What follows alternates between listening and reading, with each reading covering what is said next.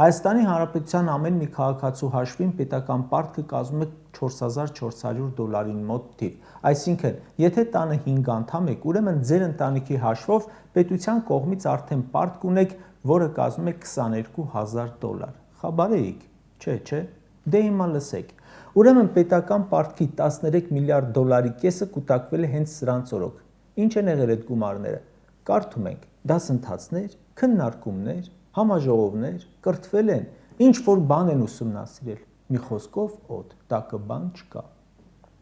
Երկրորդ նախագահը հարցազրույցում նույն հարցն է տալիս, ինչ է կարել, հետո նշում է, որ իր ժամանակ, երբ Լինսի հիմնադրամով $230 միլիոն է մտել երկիր, որպես բարեգործություն, բազմաթիվ բաներ են կառուցվել, բայց 30 անգամ շատ պարտք է կարել, ուր է, չկա պատասխան։